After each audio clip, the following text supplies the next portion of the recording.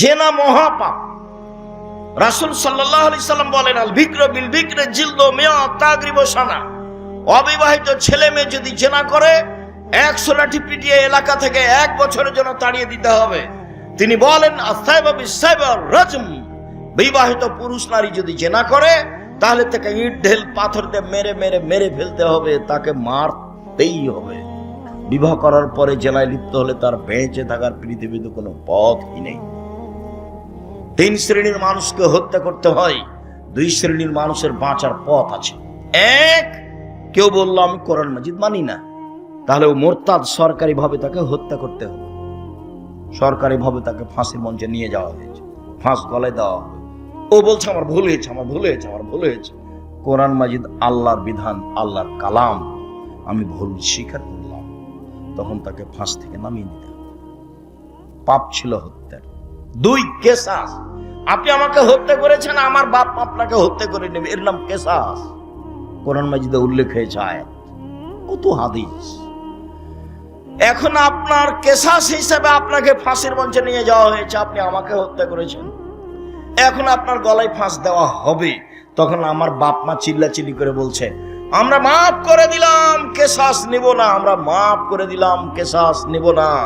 তাহলে তাকে ফাঁস থেকে নামিয়ে নিতে হবে। পাপ ছিল হত্যার যোগ্য, কিন্তু ফাঁসি হলো না। 3, বিবাহ করার পরে যদি কেউ জিনায় লিপ্ত হয় তাহলে তাকে ইট ঢেল পাথর দিয়ে মেরে মেরে মেরে ফেলতে হবে, ফাঁসি দিতে হবে। বেঁচে থাকার পৃথিবীতে কোনো পথঘাট নেই। গামিদ সম্প্রদায়ের একজন মহিলা এসে বলছে আল্লাহ রাসূলকে, তাহিরনি ইয়া রাসূলুল্লাহ, আল্লাহ রাসূল আমাকে পবিত্র করেন। মহিলা এসে বলছে, তখন আল্লাহ রাসূল বলছেন, ইরজাই, বাড়ি ফিরে যাও, আস্তাগফিরুল্লাহ, আল্লাহর নিকটে ক্ষমা চাও, ও তুবি ইলাইহি, তুমি তওবা করো, তোমার পাপ ক্ষমা হয়ে যাবে। তখন মহিলাটি বলছে, মালিককে যেভাবে ফিরিয়ে দিয়েছিলেন তার বিচার না করে সেইভাবে কি আপনি আমাকে ফিরিয়ে দিতে চাচ্ছেন? আমার পেটে অবৈধ সন্তান রয়েছে, দয়া করে বিচার করে দেন, আমাকে ফিরিয়ে দিয়েন না। আল্লাহ রাসূল বললেন, ইরজাই হাত্তা তালিদি, বাড়ি চলে যাও, যেদিন তোমার বাচ্চা প্রসব হবে সেদিন বিচার করে দেব। মহিলা চলে গেল, বাচ্চা প্রসব হয়েছে। মুসলিম গ্রন্থে এসেছে, সবে মাত্র বাচ্চা প্রসব হয়েছে, তাকে ন্যাকড়া দিয়ে জড়িয়ে রাসূলের দরবার নিয়ে এসে বলছে, এ দেখেন বাচ্চা প্রসব হয়ে, বিচার করে দেন। দৃশ্য দেখে আল্লাহ রাসূল অবাক হয়ে বলছেন, ইরজাই, বাড়ি ফিরে যাও, ফারদাই হে, বাচ্চাকে দুধ খাওয়াও, হাত্তা তাফতেমি হে, যেদিন বাচ্চা দুধ ছেড়ে দিবে সেদিন নিয়ে আসবে, বিচার করে দেব। মহিলা বাচ্চা নিয়ে চলে গেল, বাচ্চাকে 2 বছর দুধ পান করালো। 2 বছর পরে বিচারালয় উপস্থিত, তখন বাচ্চার হাতে 1 টুকরা রুটি রয়েছে। এই রুটি প্রমাণ করে বাচ্চা খাদ্য খেতে পারে। মুসলিমিনা, বাচ্চাটাকে একজন মুসলমানের হাতে সমর্পণ করলেন আল্লাহ নবী। যাও, এই বাচ্চা তুমি লালন পালন করো। সঙ্গী সাথী, এই যাবো বেহা, মহিলাকে মাঠে নিয়ে যাও। মাঠে নিয়ে গিয়ে গর্ত খুঁড়ে বুক পর্যন্ত মাটিতে পুঁতে দাও। এরপরে চতুর্দিক থেকে ইট ঢেল পাথর মেরে মেরে তাকে বিদায় করো। সাহাবীগণ বলছেন, আমরা তাকে মাঠে নিয়ে গেলাম, গর্ত খুঁড়ে বুক পর্যন্ত মাটিতে পুঁতে দিলাম, চতুর্দিক থেকে ইট ঢেল পাথর মারতে লাগলাম। খালিদ বিন ওয়ালিদ বলছেন, একটা পাথর আমি তার মুখের উপরে মারলাম, খালিদ, পাথরটা মুখে লেগে মুখ ফেটে রক্ত ছিটে খালিদের গায়ে লাগলো।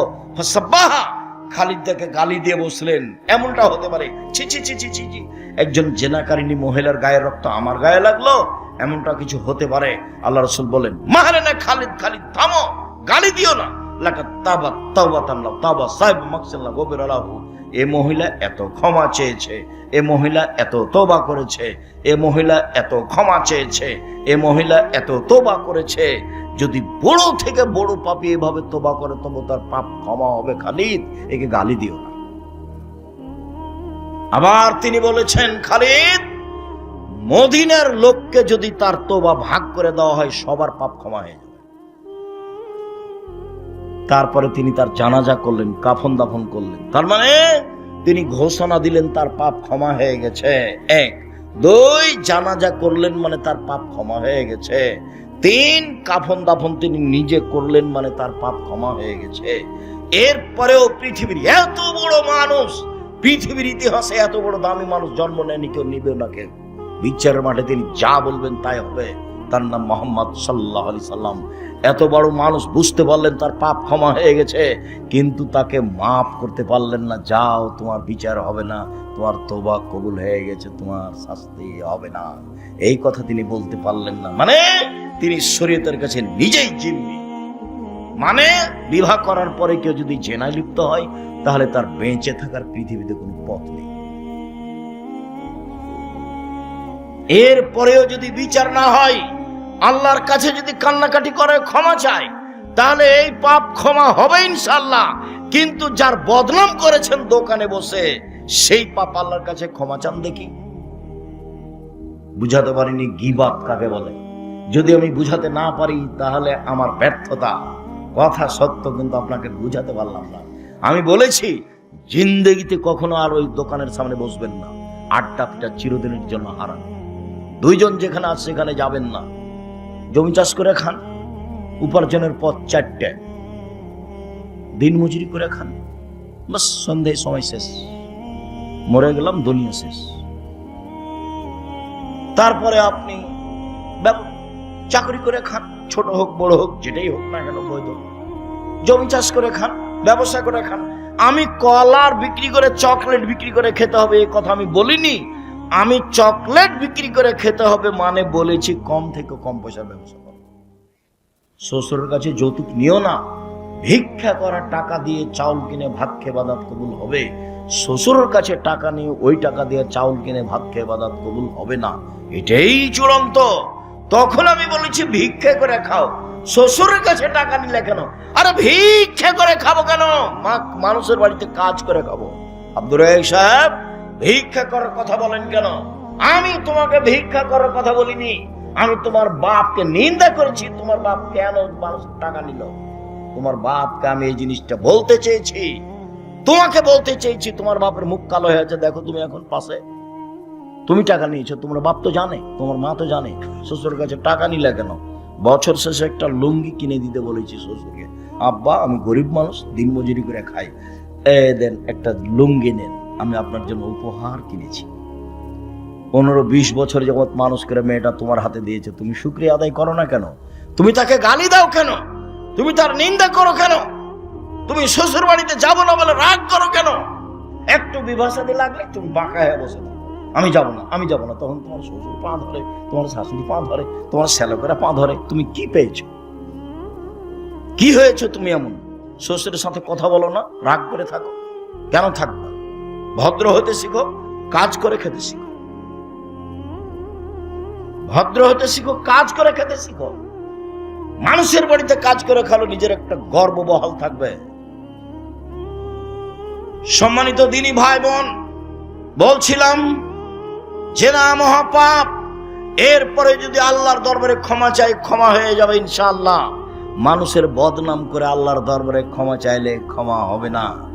জুবাইর ইবনে মুতাইম রাদিয়াল্লাহু তাআলা আনহু বলেন, রাসূল সাল্লাল্লাহু আলাইহি ওয়াসাল্লাম বলেছেন, লা ইয়াদখুলুল জান্নাতা কাত্তাবুর লামাম। যারা চুগলখড়ি করে, যারা বদনাম করে, যারা গীবত করে, তারা জান্নাতে যাবে না, তারা জান্নাতে প্রবেশ করবে না। যেসব পাপের কারণে সরাসরি জাহান্নাম ঘোষণা হয়েছে, তার একটি বড় পাপ হলো গীবত। এই ছেলে, বসো। পরিবেশ নষ্ট করে না যেন কেউ। একটু ধৈর্যের পরিচয় দেন। আপনার বিরক্তির আগে আমরা কথা শেষ করবো ইনশাল্লাহ। আপনি দয়া করে কোনো কাজ দেখাবেন না। দোকানপাটে বসে আছেন কেন? আজকেই বাজার করতে হবে?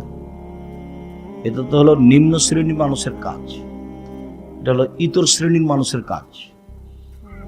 আপনি বলবেন, আব্দুর রাজ্জাক সাহেব আমাদেরকে নিম্ন শ্রেণীর, ইতর শ্রেণীর বললেন।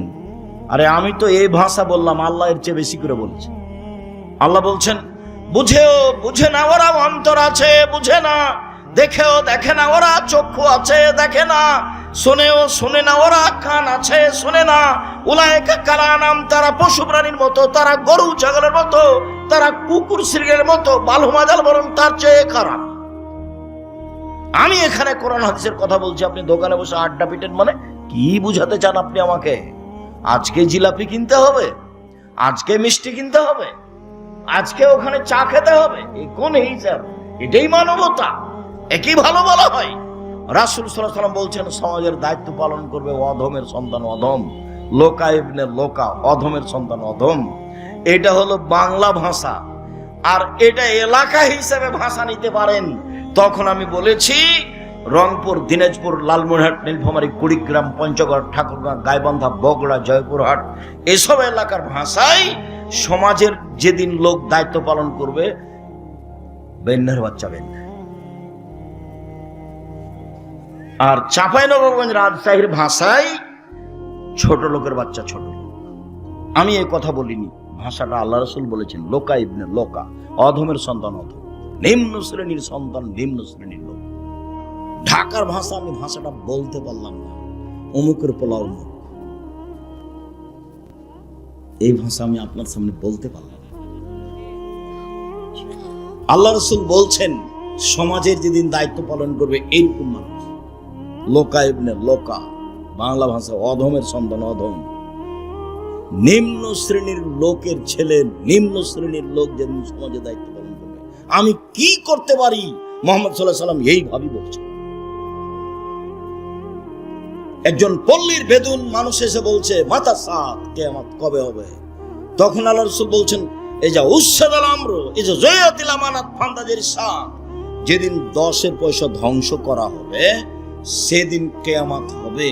তখন পল্লীর অশিক্ষিত মানুষ বলছেন যে 10 পয়সা ধ্বংস করা হলে কিয়ামত হবে, এই ভাষা আমি বুঝতে পারলাম না। তখন আল্লাহ রাসূল বলছেন, এই যা উসাদাল আমর ইলা গাইয়া আলী ফান্দাজের সাত, যেদিন দায়িত্ব অযোগ্য মানুষের হাতে তুলে দেওয়া হবে সেদিন কিয়ামত হবে। হেডমাস্টার অযোগ্য, হেড মাওলানা অযোগ্য, প্রিন্সিপাল অযোগ্য, ভাইস চ্যান্সেলর অযোগ্য, জেল সুপার অযোগ্য, মেম্বার, চেয়ারম্যান, এমপি, মন্ত্রী, ডিসি, এডিসি, দায়িত্বশীল যে যেখানে দায়িত্ব পালন করে যখন অযোগ্য হবে তখন কিয়ামত। সব আত্মসাৎ করবে, টাকা মেরে খাবে।